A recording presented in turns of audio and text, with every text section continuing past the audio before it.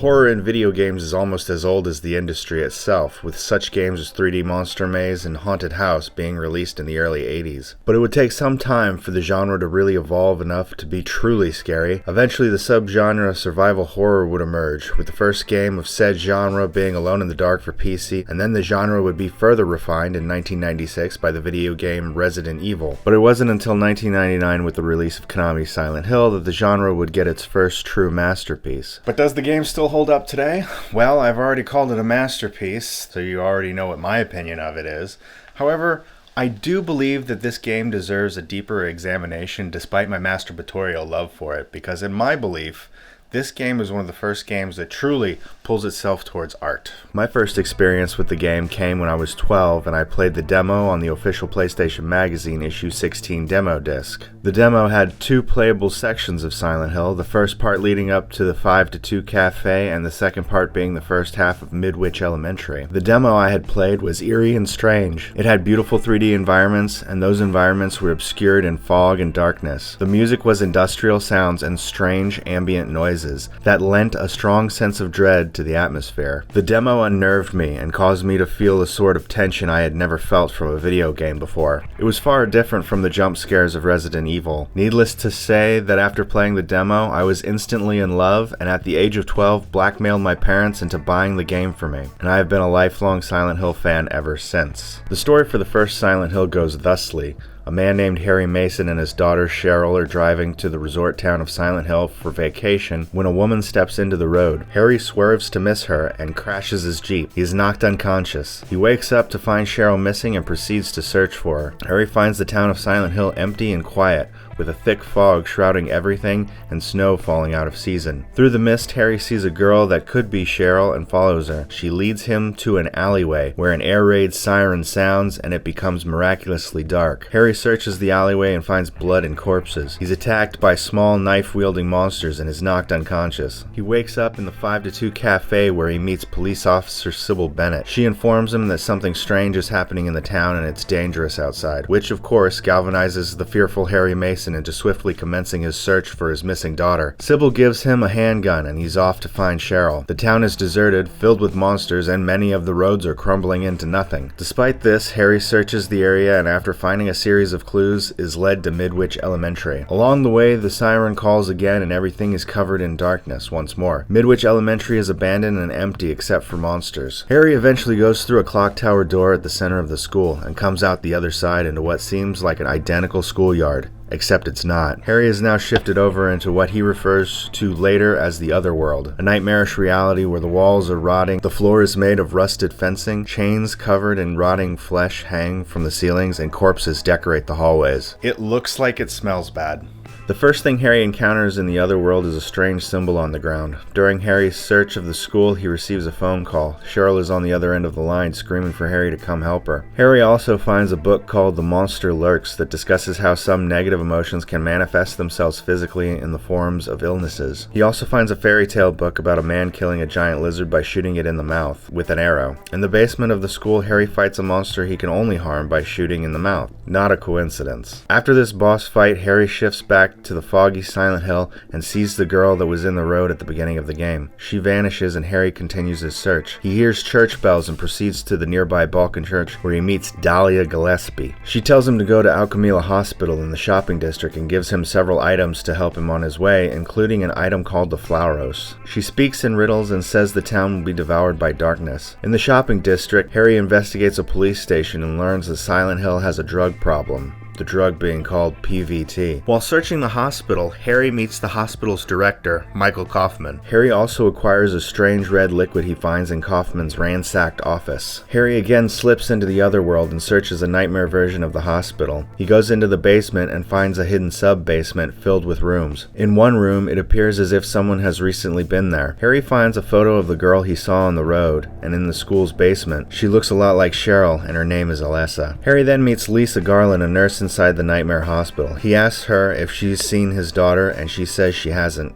Harry asks her about the rooms in the basement. She informs him that the hospital staff is under strict orders not to enter the basement storeroom. At that point, the air raid siren goes off and Harry falls unconscious. When he wakes, he's in the Foggy hospital. Dahlia is there. She tells him that the mark he's been seeing, at first in the schoolyard and then elsewhere, is the mark of Samael, and that it must not be completed, and that only he can stop it now. Dahlia gives Harry the key to the antique shop and tells him to find the other church in town. Dahlia exits and Harry goes to the antique shop. There he finds a secret passageway. Sybil shows up and tells Harry she saw a girl going towards the resort area, but the road had collapsed and the girl was walking on thin air. Harry mentions Dahlia and the other world to Sybil. She doesn't know anything about this other world and suggests that Dahlia is on drugs, as drugs are often sold to tourists in the town. Harry investigates the passageway and finds a strange altar. A fire rises on it and Harry vanishes. Harry wakes up in the hospital with Lisa. He asks her about Dahlia and the town being devoured by darkness. Lisa tells Harry that Dahlia is a crazy woman whose daughter died in a fire 7 years ago. She also tells him about the cult that used to exist in Silent Hill but has since gone quiet. The scene fades to black. Harry then wakes up in the Otherworld antique shop and questions his sanity, speculating that he's possibly unconscious in a hospital, having been knocked out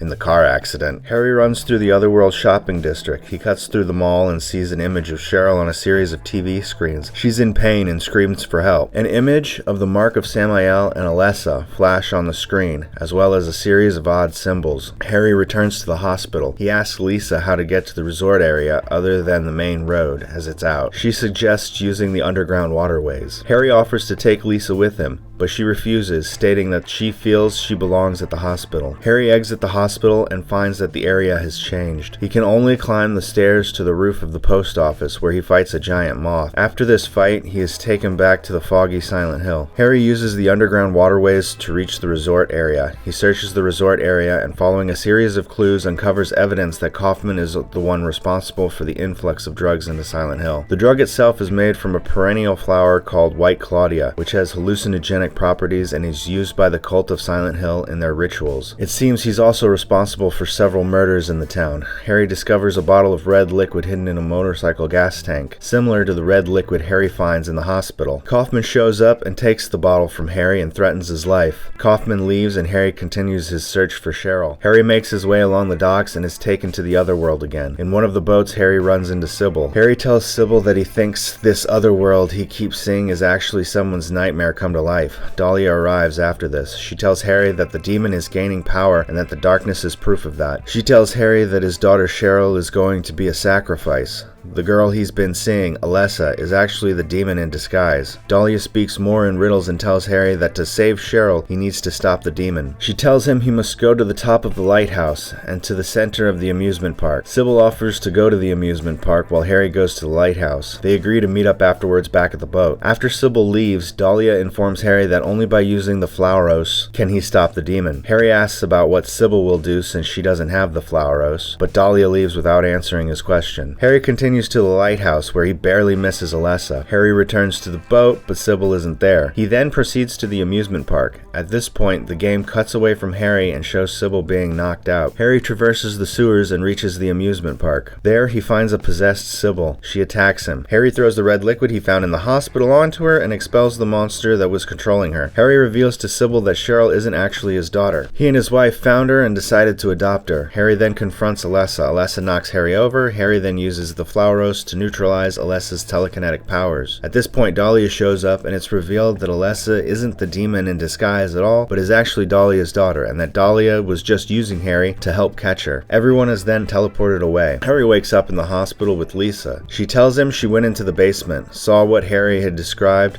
and that she felt like she had been there before. After this, she runs out of the room and Harry follows. From here, Harry explores a strange place that looks like the hospital, but is just a mishmash of different rooms and places from the game. He eventually finds Lisa again and she tells him she knows why she's there, that she's just like all the other monsters. After this, she starts bleeding and asks Harry to hold her. Harry flees. After more searching, Harry finds ghostly apparitions in Alessa's sick room in the hospital sub-basement. They describe how a mysterious someone's soul is split in two and that the seed lays dormant. It's only part of a conversation and it's somewhat cryptic. Two of the apparitions are Kaufman and Dahlia, and the other two are doctors. Dahlia suggests using a spell to bring the other half of the soul back to Silent Hill to complete the ritual. ritual. After more searching, Harry finds himself inside Dahlia's house. Ghostly apparitions of Dahlia and Alessa argue. It's revealed that Alessa had strange powers to begin with, and Dahlia had been using them in her religious ceremonies. At the end of the game, Dahlia, Alessa, a bandage-wrapped person in a wheelchair, and Sybil are in the other world. Dahlia talks about having used Harry to help capture Alessa.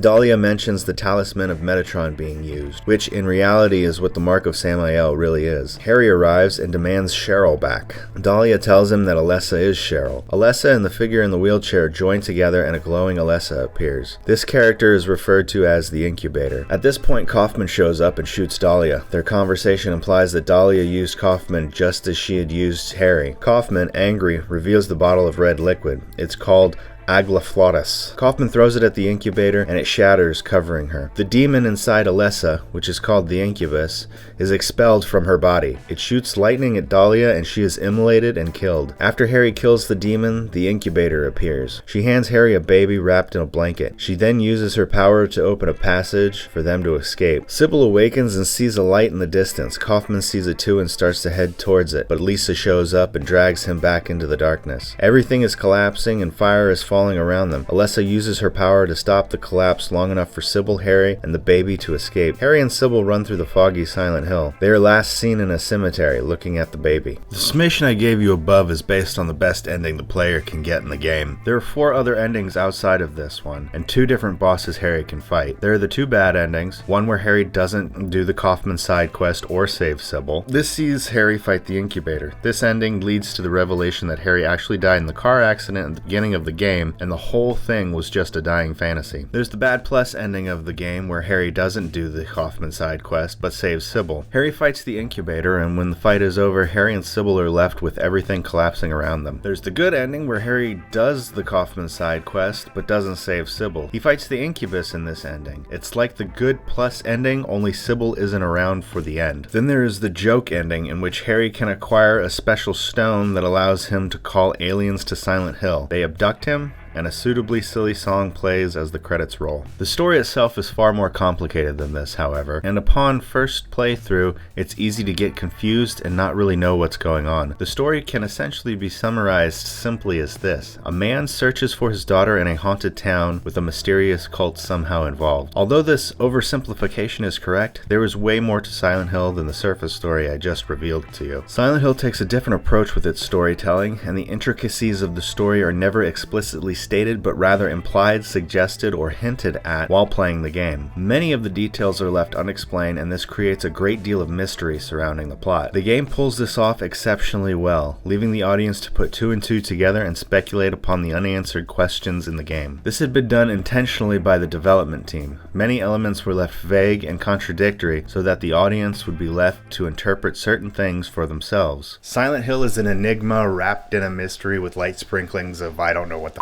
going on. To fully elucidate on the story of Silent Hill and how the storytelling works, let's examine the backstory. It goes like this. 7 years prior to the events of the game, Dahlia Gillespie, a member of the cult in Silent Hill, tries to perform a ritual on her daughter, Alessa, causing her to birth the cult's deity. Alessa herself has telekinetic powers, and the stress of the ritual causes the boiler of the house to explode. Possibly, there's actually a great deal of disagreement about how Alessa got roasted amongst Silent Hill enthusiasts. Some people think that she was set on fire as a process of the ritual, and some people think that she was burned because during the course of the ritual, the stress caused her telekinetic powers to blow up the house's boiler, causing the fire that immolated her. The reason for this divide is contradictory info out there about the subject. The movie shows Alessa being burned during the ritual, and Silent Hill Origins suggests that her burning was on purpose. However, there is much evidence that the boiler exploding and causing the fire is actually what happened. Exhibit A is the conversation in Alessa's sick room in the original Silent Hill. The general tone and some of what is said during the conversation imply that Alessa being burned was not a part of the plan. Exhibit B is actually far more compelling. In the European and Japanese versions of the game, the player has the opportunity to find a newspaper with an article in it about the fire. In the article, it states that the fire in the house was caused by the boiler exploding. Although this is in the European and Japanese versions of Silent Hill, it isn't possible to get it in the North American version of the game, despite it still being in the North American version's code. For me personally, I lean toward the boiler exploding, but when push comes to shove, I really don't care. The vagueness of it and the mystery behind it, frankly, is more interesting than actually knowing. I mean, if you're gonna have a game with a backstory, the backstory might as well be multiple choice. Alessa is immolated in the ensuing fire, but given immunity by the unborn god,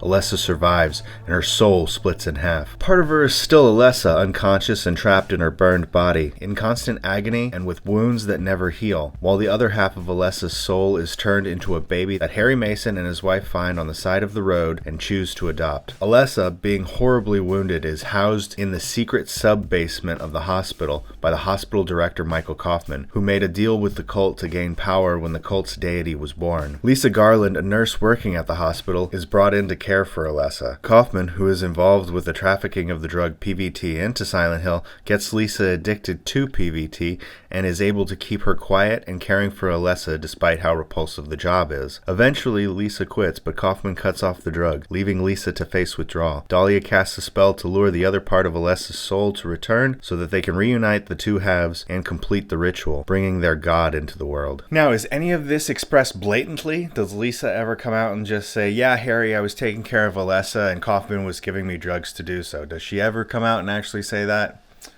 No. The game hints at it. Lisa claims not to know about the sub-basement Harry finds at the hospital and what went on there. In the reality of the game, she actually doesn't remember, but later you find a VHS tape that you can watch. The video is scrambled, and only patches of the audio work. In the last level of the game, you can play the tape again and watch it unscrambled. It's Lisa on the tape talking about caring for a child who has wounds that won't heal. You're also able to find a diary where Lisa writes about quitting her job because she can no longer endure caring for the child. In the journal, it's indicated that she starts suffering from symptoms of withdrawal and needs drugs. In the opening cutscene, we see both Kaufman and Lisa arguing. Kaufman seems to be trying to prevent her from leaving. First hint that Kaufman is involved with the drug trafficking in Silent Hill is a newspaper that's found in the hospital with an article cut out of it. In the resort area, you are able to find the same newspaper but with the article intact. The article refers to the mysterious death of a police officer who was investigating the drug trade in the town, as well as the death of the anti-drug mayor. Kaufman shows up in the latter half of the game in locations ran by people who deal drugs in Silent Hill. These are just some of the puzzle pieces the game gives you to put the story together with. Much of the backstory and events going on behind the scenes of the main story are like this, vague and often alluding to things you never see and are never made clear or confirmed. It creates a lot of mystery and intrigue surrounding the plot. It's good writing. It gives the game a depth most other games of its era don't have,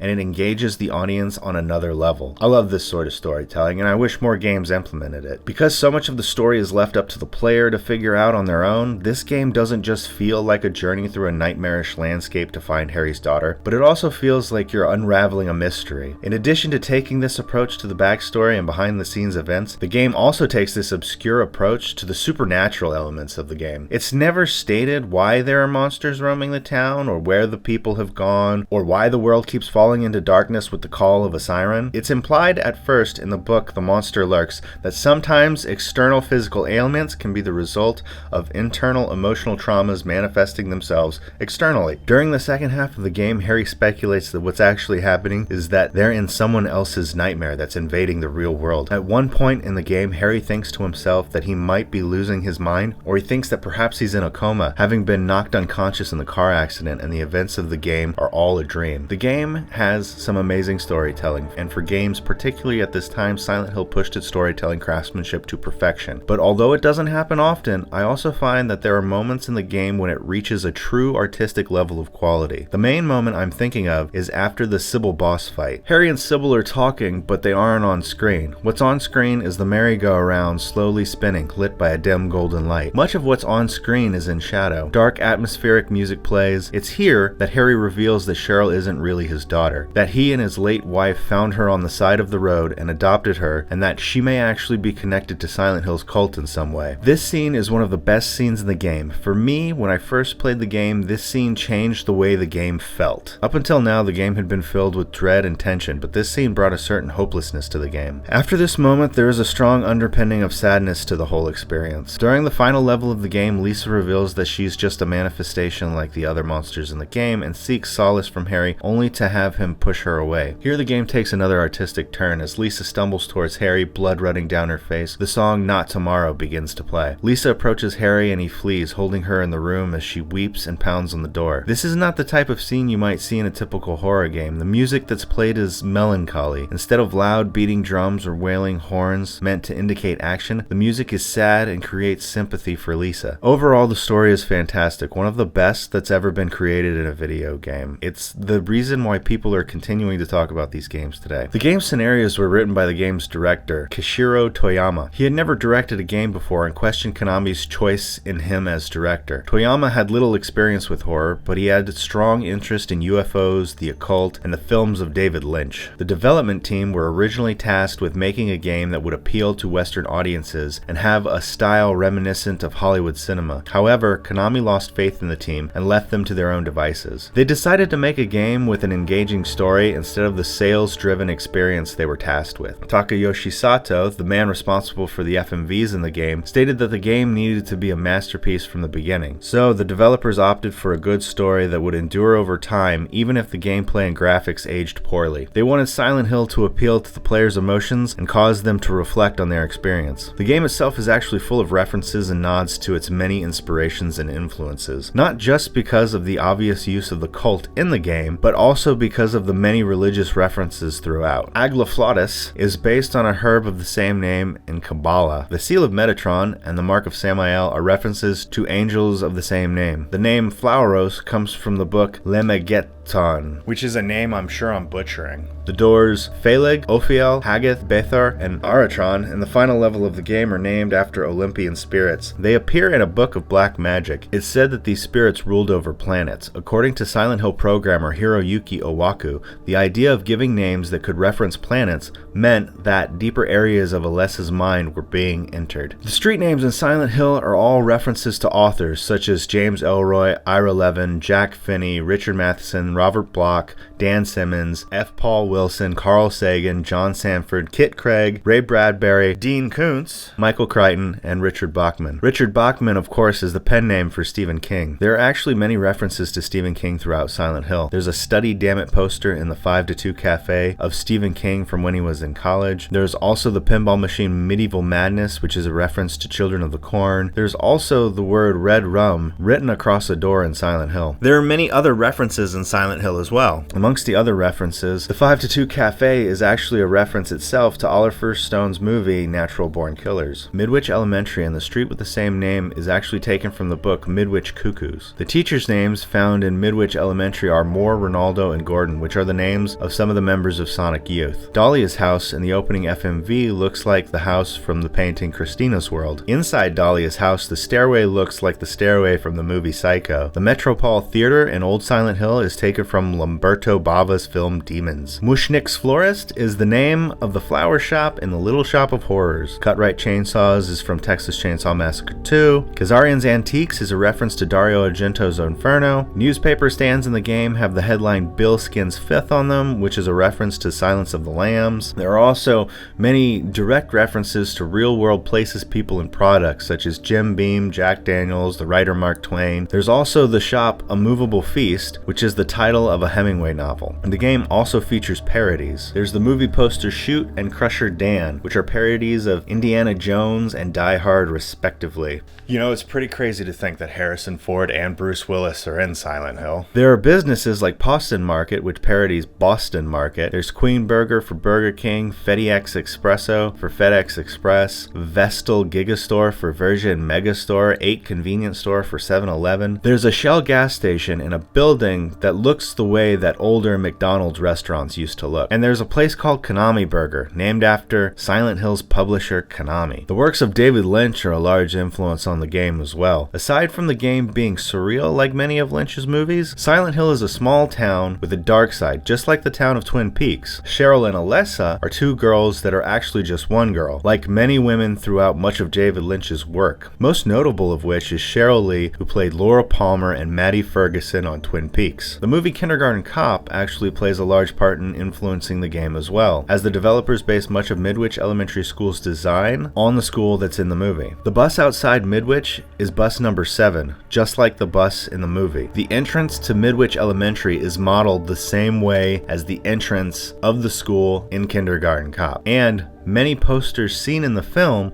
line the walls of Midwich. Additionally, the medicine cabinet in the infirmary of Midwich Elementary is designed the way the medicine cabinet in Kindergarten Cop is designed in that school's infirmary. The last major influence is the film Jacob's Ladder. Its influences are such things as surreal transitions to an other world, chain link fences, deformed monsters, spinning wheels, and a similar level and style of violence. The alternative ending to Silent Hill, where Harry actually dies at the beginning of the game, and the events of the game being just a dying fantasy, is exactly how the movie Jacob's Ladder ends. These references also extend to the characters in the game, as many of the characters have inspirations of their own. The man responsible for the character designs is Takayoshi Sato, who also did the CG cinematics for the game. Initially assigned to menial tasks, he was able to convince his superiors at Konami to allow him to do character designs and the 3D modeling for the game. As a younger employee, he had little respect of the company. The higher-ups at Konami didn't wish to give him full credit for his 3D modeling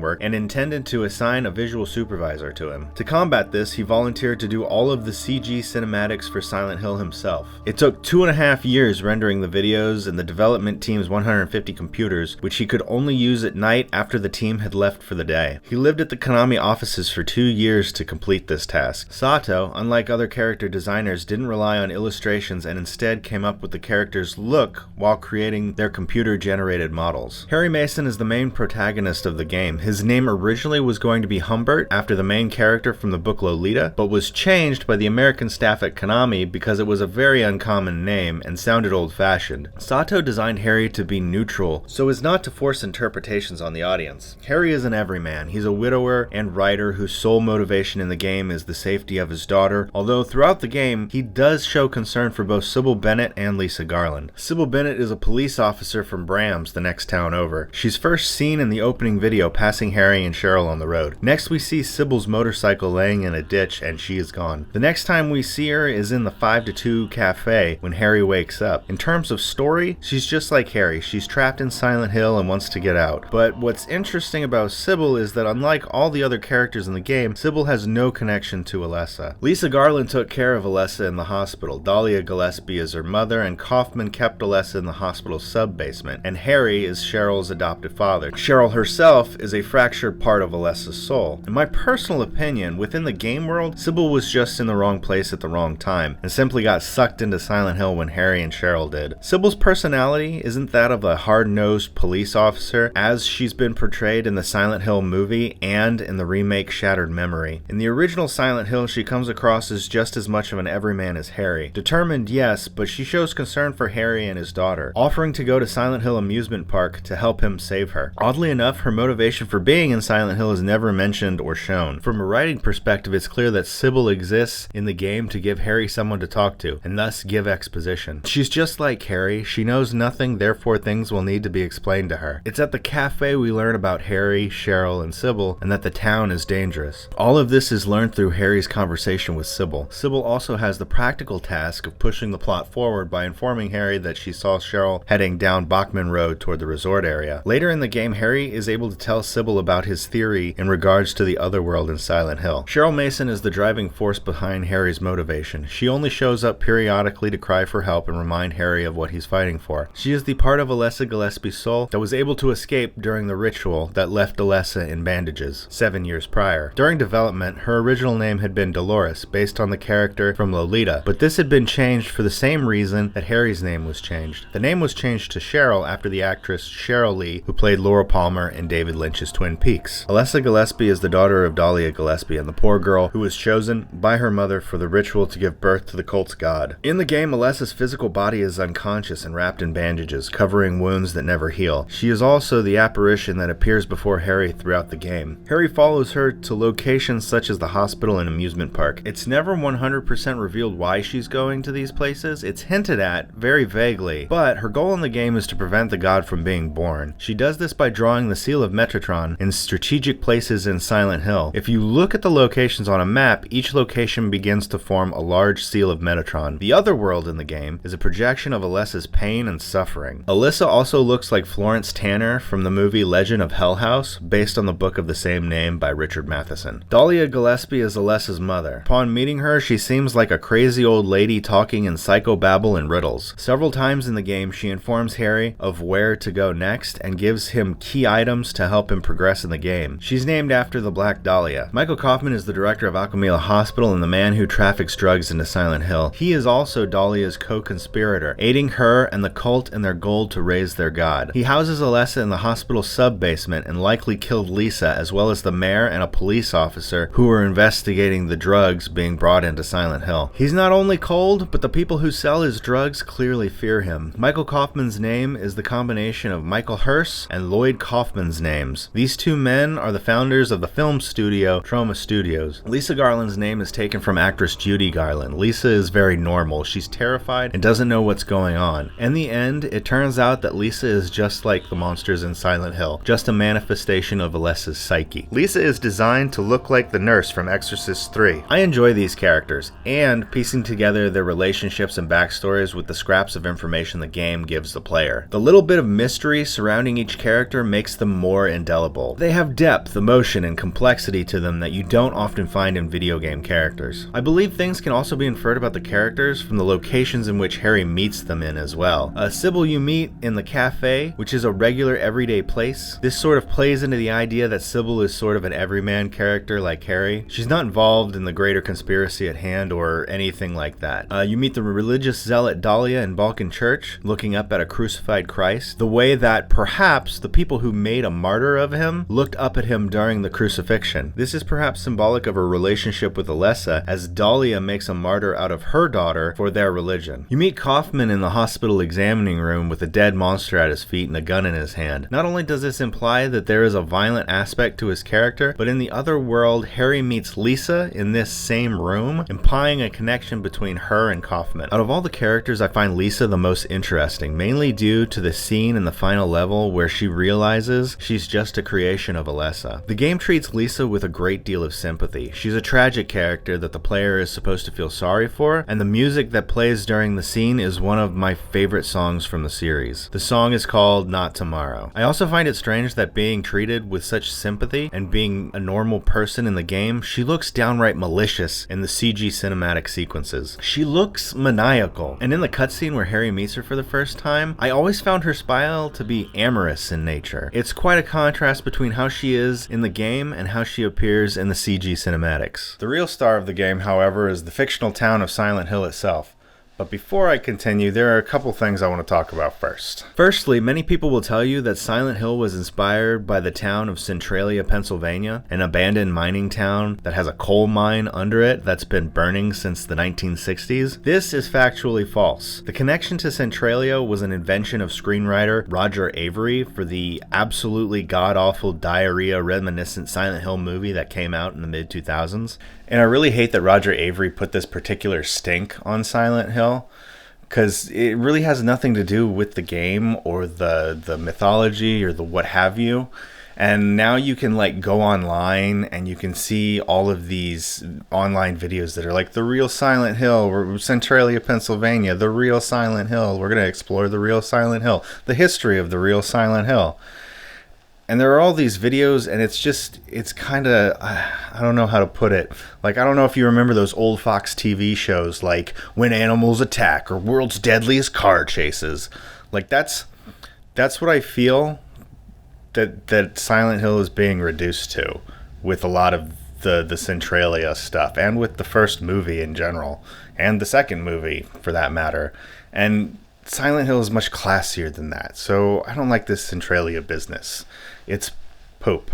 Silent Hill, the game, has nothing to do with Centralia, Pennsylvania. The town in the game is supposed to be just an average American tourist town situated next to a fictional lake. Secondly, I believe there's a common misconception about the town of Silent Hill. I feel like most casual players think that the foggy world of Silent Hill is how the town is normally, and the other world the game shifts to is just another dimension entirely. I personally have never gotten that impression from the first 4 games in the series. I've heard other reviewers ask about why the military isn't called into Silent Hill, or why no one investigates why an entire town was abandoned. Silent Hill 2 through 4 all chronologically take place after Silent Hill 1, and their protagonists all know Silent Hill as a populated tourist town. James and his wife had their honeymoon there. Silent Hill 3 shows the real-world amusement park, and in Silent Hill 4, Henry Townsend states that he went to Silent Hill to take photos. The foggy Silent Hill and the otherworld Silent Hill aren't other dimensions. The characters don't step through a doorway and are suddenly on another plane of existence, even though sometimes it seems like that, but rather these aspects of Silent Hill are the same reality, only warped subjectively around a certain character by the powers that exist within the town. It's like light passing through a prism, or how light is warped around a black hole. This is similar to what Silent Hill does to reality. The fog world and the other world aren't the standard everyday Silent Hill. There is actually a Silent Hill where people work and live. The first game never states this,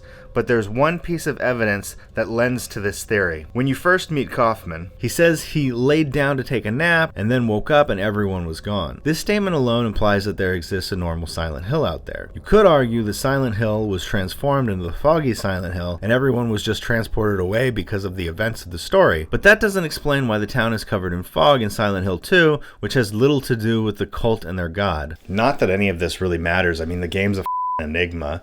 The developers intentionally wanted everything to be vague, and to be honest, it really works for the game. Not only that, not knowing for certain doesn't take away from the charm or the enjoyment of the game whatsoever. In this first Silent Hill game, we get to experience only 3 parts of the town Silent Hill. Old Silent Hill, the shopping district, and the resort area. Old Silent Hill is more suburban, and you'll find places in it such as mom and pop joints. The shopping district is more posh with shops in it, hence the name. It's also called Central Silent Hill. There's also the mall, the post office, police station, and movie theater within this area. It feels like this place is sort of a downtown type place. The third area, the resort area, has a dance hall, pool hall, bars, restaurants, the docks, and the amusement park. The developers did a fine job at capturing that small town vibe, as Silent Hill does feel like one of those small tourist towns that you might find on a road trip. Personally, I feel like Silent Hill feels a lot like Astoria, Oregon. If you look at the photos of Astoria, it looks like Silent Hill. The school Midwich Elementary is based on is actually located in Astoria, Oregon. Exploring the town of Silent Hill, Harry finds it deserted and drenched in fog, and there isn't a person in sight, and many of the roads and buildings have crumbled away into the foggy abyss. The use of fog is both a technical trick to hide the draw distance in the game, but also serves to make the environment eerie and strange. Why there is so much fog in the story world of the game is one of the many oddities about it. There are many questions that the game brings up regarding story, but there are small things in the game that specifically raise questions for me that I have always puzzled over. Like, for instance, why is there all the patches of blood in the town? What is with this gore here, or this bloody stuff there? Blood is just peppered around the town. After Harry finishes searching Midwich Elementary, he has to cut through Kay Gordon's house to get to Balkan Church, and on the floor in the dining room is a broken plate. It's just a broken plate on the floor. It's such a small detail, and yet I want to know why it's there. Was there a person there recently? What was the programmer thinking when they added that detail? Early in the game, Harry has to collect 3 keys to get to Midwich Elementary. There is a curious detail involving this puzzle. You go into a house and the back door is locked with 3 padlocks. On the wall is a map that indicates where the keys are located in Old Silent Hill. Written on the map are the words "Keys to the Eclipse." This is a strange use of words for referring to the game's spontaneous darkness. Is that what's actually happening? An eclipse? The one thing I wonder about most in the game, however, is the dog's head and the basketball hoop. At one point during the keys puzzle in Old Silent Hill, you have to enter a fenced-in area to get a key. In the area is a basketball hoop with blood on the backboard and a severed dog's head sitting underneath it in a pool of blood. What's the deal with that? There is one thing in the game which does bring up debate amongst some people. In the Otherworld Midwich Elementary, you enter a bathroom and find a body hanging on the wall. Written on the bathroom stall are the words, "Leonard Rhine, the monster lurks." Many people don't understand what this is or means. Is Leonard Rhine the dead man hanging in the bathroom stall? What is the monster lurks? Well, the words "Leonard Rhine, the monster lurks" is a reference to the book Phantoms by Dean Koontz. In the book, a man is killed. However, he is able to write Timothy Flight, the ancient enemy, on a mirror before he dies. Timothy Flight is a British academic who wrote a book called The Ancient Enemy. Leonard Rhine, the monster lurks, and Timothy Flight, the ancient enemy, have the same number of letters. Later in the Midwich Elementary area, you find a book called The Monster Lurks. It's likely Leonard Rhine is the author of the book. As for the man hanging in the bathroom stall, well, at the end of the game, when Harry is in Dahlia's home, you can see that the man hanging in the stall is an image from a painting hanging on the wall in Dahlia's house. The man in the bathroom stall is likely just a physical manifestation of Alessa's memory of the painting. As I stated previously, Silent Hill is like a prism that warps reality, which is the explanation for the supernatural elements of the game. The town, as well as puzzles and monsters in the game, are subjective in their existence based upon the psyche of a certain character. In the first Silent Hill, that character is primarily Alessa. While playing the game, Harry traverses two versions of Silent Hill. The foggy Silent Hill, where fog covers and obscures everything and the town is deserted. The Otherworld Silent Hill, as I stated earlier, is a nightmarish landscape covered in pitch blackness where bodies decorate the walls and rust and blood cover everything. The reason the Otherworld appears like this is because Alessa is in a coma, her body burnt and never healing, constantly in pain. The Otherworld mirrors this suffering. The geography of the town and levels sometimes change in the Otherworld, keeping the player confused and funneling them toward the next goal. For instance, at one point in the game, Harry has to run through the Otherworld version of the shopping district to reach the hospital and ask Lisa how to get to the amusement park. When he leaves the hospital after getting the information, the level has changed and there's now only one path he can take, which leads to stairs, which take Harry to the Moth boss fight. There's also a point in the Otherworld school level where entering and then exiting the girls' bathroom will teleport Harry between the floors. In the game, walls move on their own, making pathways disappear, and doors and hallways lead to places that can't logically exist in the same space. Transitioning to the Otherworld also disregards all spatial logic. In the hospital, Harry gets on the elevator and it has 3 buttons for the 3 floors of the building. Harry investigates, finding all the floors blocked off by locked doors. When Harry gets back on the elevator, he finds that a 4th floor button has appeared. He goes to the 4th floor and through a door, which locks behind him, then down a hall through another door, into a pitch black hallway. The door locks behind him and Harry is then in the Otherworld hospital. And I like this. I like this a lot. Like I stated before, the supernatural elements are subjective. Almost all the monsters in the game represent a fear Alessa has or an internal trauma Alessa has suffered. There's the Groaner, which represents Alessa's fear of dogs. There's the Split Head, which is the manifestation of a lizard from a fairy tale book Harry finds in the school. The Split Head's roar is also the noise the generator in Midwich's basement makes. This gives the general impression that Alessa was afraid of the generator and thought that the noise it made was the lizard from the storybook. There's an enemy in the game called the Romper, and it's the manifestation of Alessa's fear of adults. This enemy jumps around and it attacks by jumping on top of Harry and holding him down for a few moments. It may be possible to interpret from this that the adults in the cult were oppressive and abusive. The air screamer in the game comes from one of Alessa's favorite books, The Lost World by Sir Arthur Conan Doyle. This is how she envisioned what the pterodactyls would look like. Mumblers are representative of menacing animals and small demons from fairy tales. The float stinger represents the butterflies Harry finds in Alessa's room at the end of the game. The Grey Children represent Alessa's fear of other children, as she had often been picked on by other children. Several enemies in the game represent Alessa's fear of insects and worms. The 2 possible bosses you face in the game, Incubator and the Incubus, also represent ideas and images. The Incubator represents Alessa's image of God, but it also represents Alessa's innocence. The demonic-looking Incubus represents represents what Dahlia believes God to look like. It's also noteworthy to point out that the image of the incubus is in the picture above the altar at the antique shop. The puzzles seem to be subjective as well. There are 2 puzzles in the game that are based on books Alessa enjoyed as a child. One puzzle has you collecting keys named after the Lion, the Scarecrow, and the Woodsman from The Wizard of Oz, and the other has you collecting blocks with images of characters from Alice in Wonderland on them, which I really find fitting because those stories are about a character who travels to a strange fantasy land, and that's very much what Silent Hill feels like, only the fantasy land is a nightmare. Silent Hill to me has always seemed like a dark fairy tale set in your hometown. Now, if you weren't aware, I'm actually a movie guy.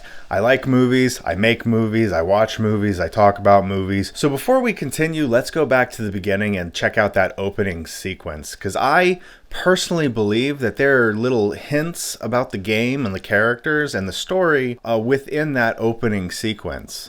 And let's take a look at it from like a filmic perspective. I feel like there are things there worth talking about.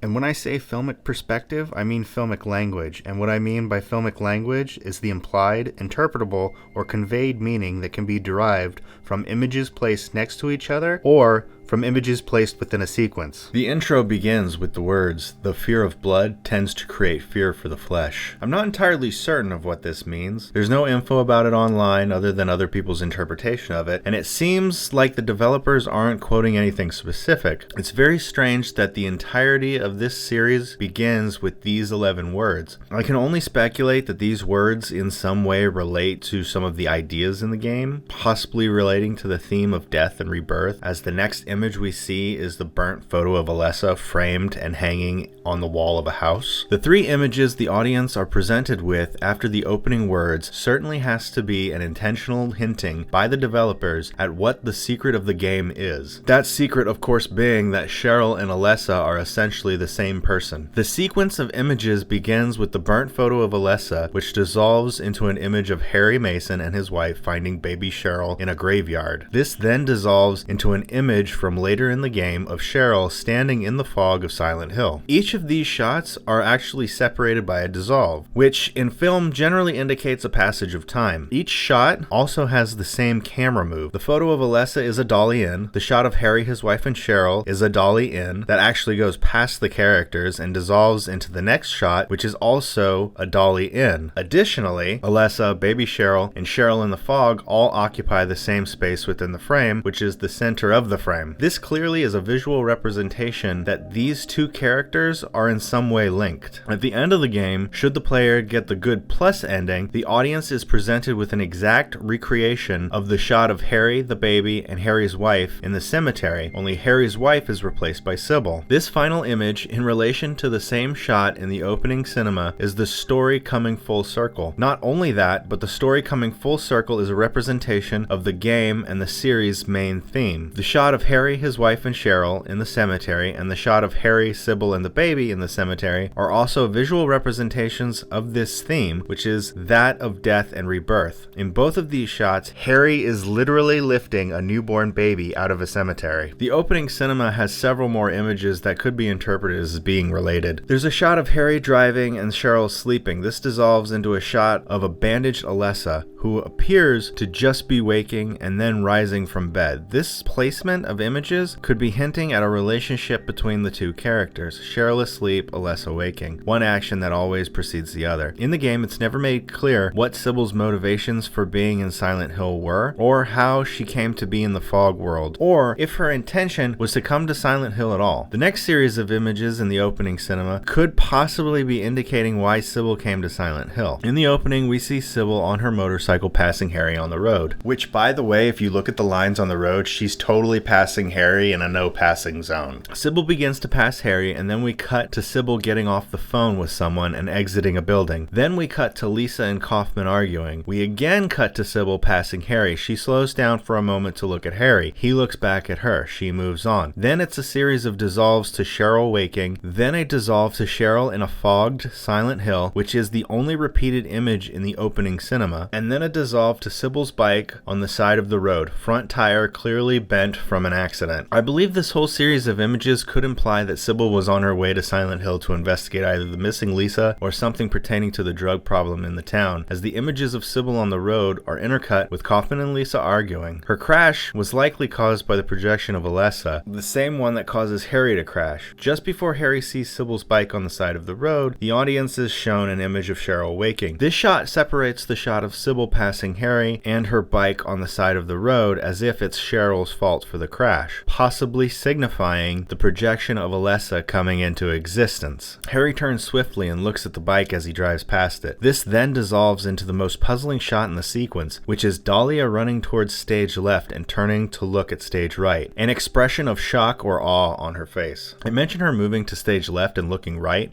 as this action is the same action Harry is performing in the prior shot. The room Dahlia is in has columns in it and windows that look out onto the ocean. The room is also filled with a strange green and blue light. I really wish I knew what she was looking at. In filmic terms, this dissolves into an image of Dahlia's house. So, by implication of how the images are arranged, it can be concluded that she's looking back at the ritual, as the house is where the ritual took place and set up the events of the game. Also, its inclusion with the opening implies that it occurred before the events of the game. Perhaps this column room is simply a projection of how she sees Silent Hill or her house. The image of Dahlia's house then has an image of Cheryl's suffering superimposed over it. This could somehow signify the pain Alessa suffered there. If you were to read this in terms of filmic language, this series of images could foreshadow the ritual to come. After the image of Dahlia's house, Alessa steps into the road and Harry crashes his Jeep and the game begins.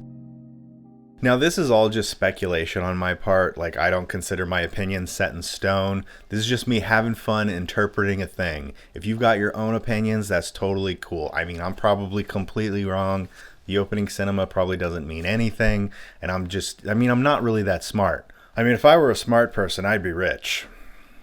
Check out my Patreon, link in the description. And with all of that being said, let's talk about the gameplay. Silent Hill is a game consisting of exploration, combat, and puzzle solving. The gameplay in and of itself is very simple, not bad or bland, it just doesn't have a great deal of complexity. For firearms, you get 3 guns, a handgun, a shotgun, and a rifle. The handgun is an all-purpose tool that can handle anything, and other than boss fights, I never found a reason to change weapons. The shotgun is more powerful and has a wider range. The rifle is more powerful and has a longer range. You get melee weapons, but they're very unwieldy and hard to use, and I've never had to use them. You do get health items in the game, but only 3 different types. A health drink, which restores a little bit of health, a med kit, which restores a lot of health, and an ampule, which restores all your health and gives you invincibility for a short period of time. There is no HUD menu on the screen, so when your health is low, you'll have to open the items menu to view how close you are to dying. Unless you're using a DualShock controller, in which case, the controller will rumble like a heartbeat when your health is low, and the lower it goes, the faster and harder the rumble becomes. The lack of a HUD menu helps with immersing the player in the game, as there's no distraction visible on screen. I find the controller rumbling like a heartbeat to indicate low health is a unique way, possibly even an artful way, to use this particular feature. Now, Silent Hill is a survival horror game from the 90s, so to use a weapon, you hold a shoulder button to ready it and press a face button to attack. With a weapon readied, you can move forward and back by pressing up or down, and to switch between enemies,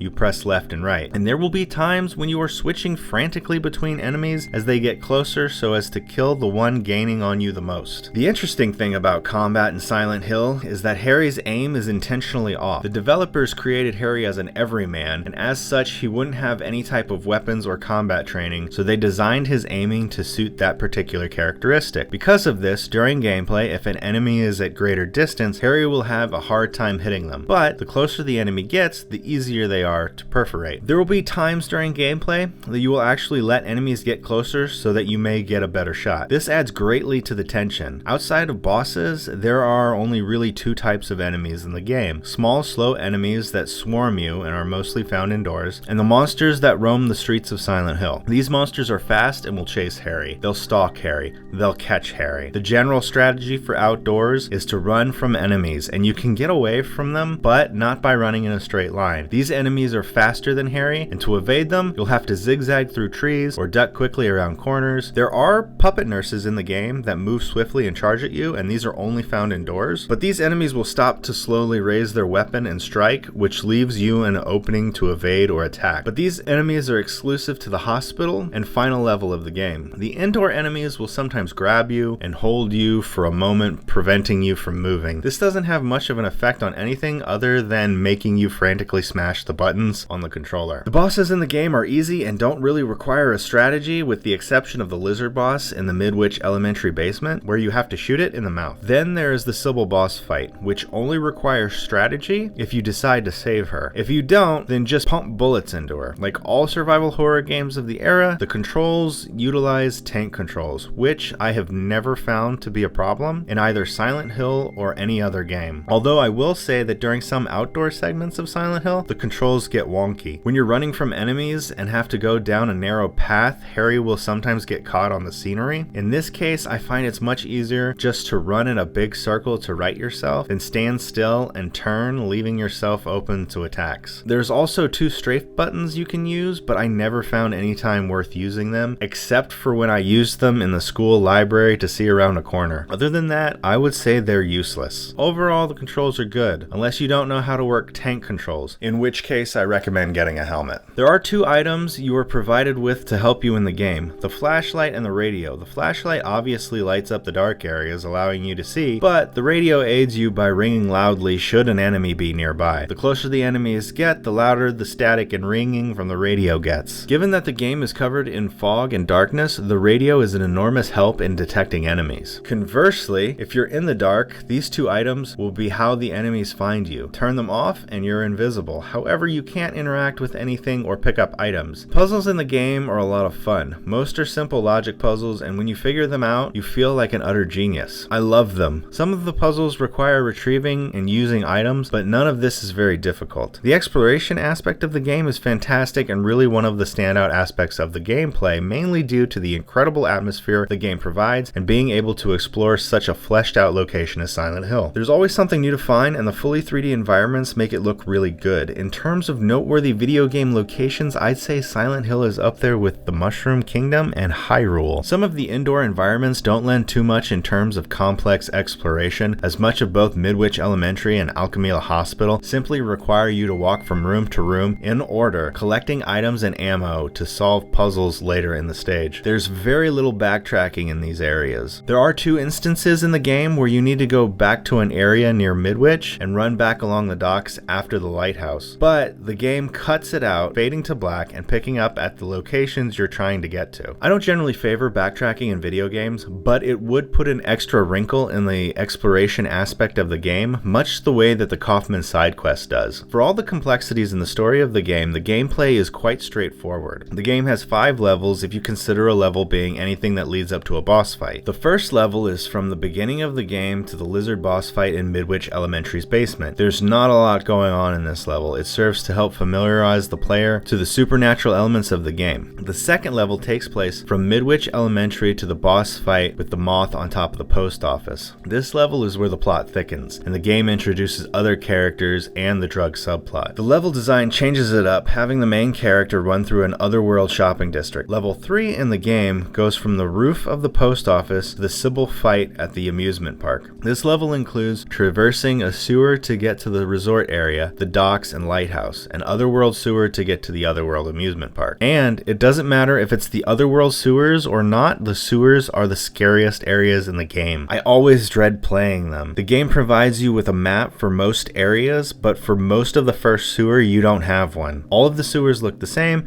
and you're made to run down narrow paths to what could potentially be dead ends, all while a group of enemies chase you. Nothing makes sense, mostly because the sewers are sewers and designed differently than, say, an elementary school. The tension in the sewers, for me at least, is nail-biting. I'm always just trying to rush through those locations. The resort area makes up a good chunk of this level, and depending on if you take up the Kaufman side quest or not, you can either see a lot of it or none of it. Choosing to do so will take you to Annie's Bar, the Indian Runner, and the motel. I think that this area of the game has the most personality. You get to go into different places and read the journals and notes of characters not in the game. This elaborates on certain details of the drug subplot and behind the scenes of the town. These are small locations that are unique to Silent Hill. Every town has a school or a hospital, but Annie's Bar and the Indian Runner exist only in Silent Hill. The resort area makes Silent Hill feel more like a lived-in world, and I wish there were more small places with personality to check out. This area makes it feel like there's a seedy underside to the town. It makes the town feel alive. The level goes otherworld once you get near the lighthouse and you're able to search the docks. This area is intense, with lots of monsters chasing you around narrow pathways. The lighthouse is interesting. I enjoy the camera movement when Harry runs up and down the stairs. Top of the lighthouse is spooky with a giant glowing seal of Metatron, but I wish you could look out and maybe see Silent Hill. If Konami ever makes another good Silent Hill, maybe they could bring back the lighthouse and we could get an overview of the town. The amusement park is spooky. There is no map of the amusement park, and I always get lost in this area. Now, level 5 is a special level. It's a place either referred to as unknown, or it's a place referred to as nowhere. I particularly enjoy calling it nowhere. This level is laid out like the hospital. However, this level doesn't have any type of spatial logic to it. There are only 3 floors, despite the elevator having 4 floor buttons on it. Should the player choose to go to the second floor, it actually takes them to a different area on the same floor. The hallways look like the hallways in the hospital, but most of the rooms are just different places in Silent Hill, such as being taken to a classroom, Kazanian's jewelry, Alessa's sick room, Green Lion's antique shop, the director's office, and other locations. This location is a pure mental representation of Alessa's deep unconscious, full of symbols and meanings like the signs of the zodiac. The level ends with Harry entering the upper floor hallway of Dahlia's house, and then descending a long stairway to the final boss fight. Now, all of this stuff does culminate into what is a fantastic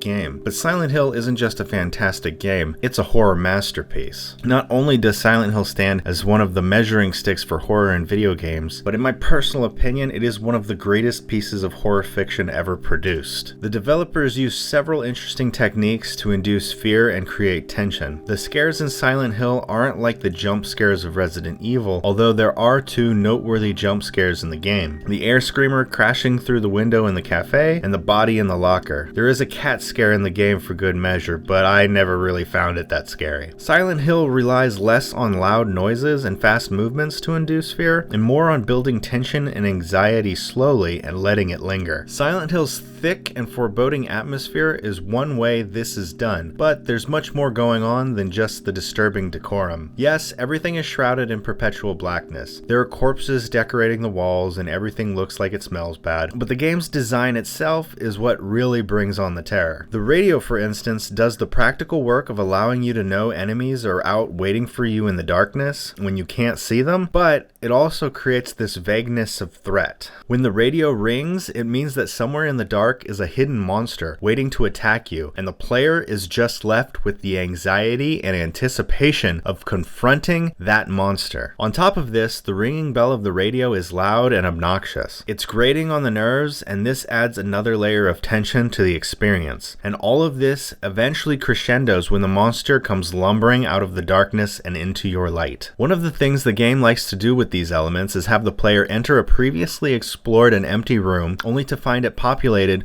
with more enemies that are right next to the door, and therefore in Harry's face. This causes the radio to go off full blast and leaves the player with only a split second to act. In the outdoor areas of the game, the monsters chase the player. Being chased adds a different type of tension, not a slow anticipation like when confronted in tight spaces with many enemies, but a frantic hurry up and escape type of feeling. Whenever I'm running from the outdoor monsters and have to enter a building, I always feel like I'm just barely making it inside as they pounce. They always feel right on my heels. The camera adds to the horror of the game as well. The angles and camera movements are often twisting and bending in horror movie fashion. Sometimes it'll stay stationary as the player moves farther away, or the camera will move away from the player as the player moves towards it. The camera has a habit of looking directly at Harry when he enters the room, often obscuring the view of the rest of the room. The camera will also cut to new and jarring angles during gameplay that can be disorienting. Sometimes this leads to Harry running into walls. The camera move that seems distinctly broken is when you push the shoulder button to point the camera where Harry is looking. The camera swings around wildly, removing Harry from the player's view. In most other games, the camera usually swings around the player character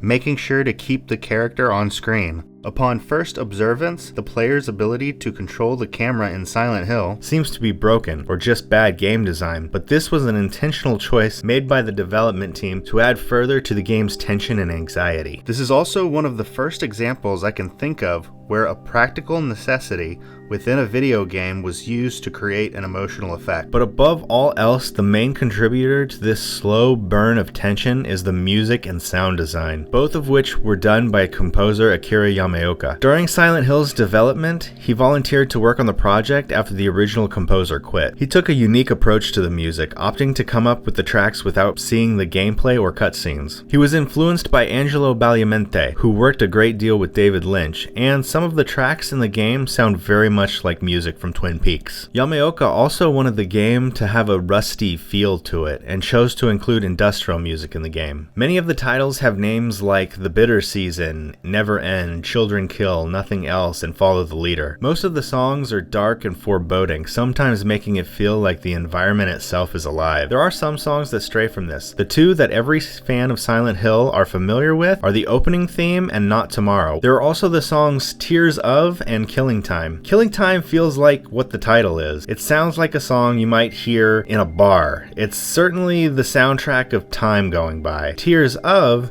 has a different feel to it. It's a song to accompany a late night of working at home. My favorite song track happens to be the track Children Kill, which is only a 20-second track, but there is a longer remixed version that has a certain chillness to it. I listen to it when I write mostly, and in the morning when I'm doing things. Akira Yamaoka's music and sound design are some of the best in any game ever made, and it's one of the defining characteristics of the series. The music in the game sometimes includes somber or sad songs, and can sometimes be heavy industrial noises. Many of the tracks are also just chill, easy listening, and to be honest, I listen to the soundtrack all the time. Sometimes Yamaoka used strange items to capture unique sounds to include in the soundtrack. For instance, he used a dentist drill for the song in the final boss fight of the game. Many of the tracks in Silent Hill are actually just ambient sounds that give the already scary atmosphere a more nefarious tone. Sometimes these are just hollow sounds and emptiness, or sometimes the sounds are just water dripping in the distance. The noise the Grey Child monster makes is actually the sound of a baby's laugh slowed down. Sometimes there are noises placed in the game with no explanation or no clear origin, such as the crying in the school bathroom,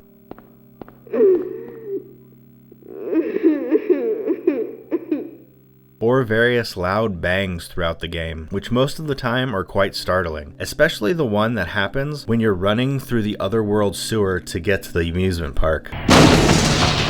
This one made me physically jump out of my seat, but it's not just the sounds that make the game horrifying, but also the strategic use of silence. The best example of this I can think of is when you first enter Midwich Elementary. Outside the school, you're running from enemies and the radio is going off. It's a cacophony of dissonance outside. But once you get into the entrance of the school, it's totally quiet. The only thing you can hear are Harry's footsteps. When you enter the main hall, which is pitch black, ominous ambient music begins to play, giving the strong sense that this is a place that should be feared and that bad things lurk in the dark. Going from the noise outside directly to the dread-filled music inside the main hall would have been jarring and not have had the same emotional effect without that auditory palate cleanser of silence in between. When the development team was presented with Yamaoka's score, they thought that the odd sounds and ambient noises were a glitch, but when told those noises were the soundtrack, the team rejected it. Only after Yamaoka explained his decisions in creating the music did the team accept it. The sound design and music of Silent Hill are the sounds of nightmares, and all things considered, it's the #1 defining feature of the series and made Yamaoka's name well known in the video game playing community. Now, all of these disparate parts, from the story to the music to the gameplay, come together to create an amazing horror experience. And it is amazing that horror could be taken from birth to masterpiece in a single console generation. It's really a miracle this game even got made. The development team that made Silent Hill actually failed with all of their other projects they worked on, and the team had intended on quitting their jobs before being assigned this project, but they gave it one more shot and created something astounding. Silent Hill would go on to sell 2 million units, and the development team would be dubbed Team Silent. They would make 3 sequels and be known for making one of the greatest horror series of all time. Silent Hill continues to be popular because of its story and its atmosphere, because of its visceral horror and the anxious tension it builds, because it struck a chord and the music was flipped flippin' great. Team Silent's decision to opt for an engaging story that would endure over time and elicit emotion in the player is one of the smartest decisions they made. As of now, over 20 years later, people are still talking about the game, puzzling over its ambiguities and contemplating the unanswered questions it left people with. And although its ambiguous nature may never be fully understood, there is one thing we know absolutely for sure. Silent Hill wasn't inspired by or based on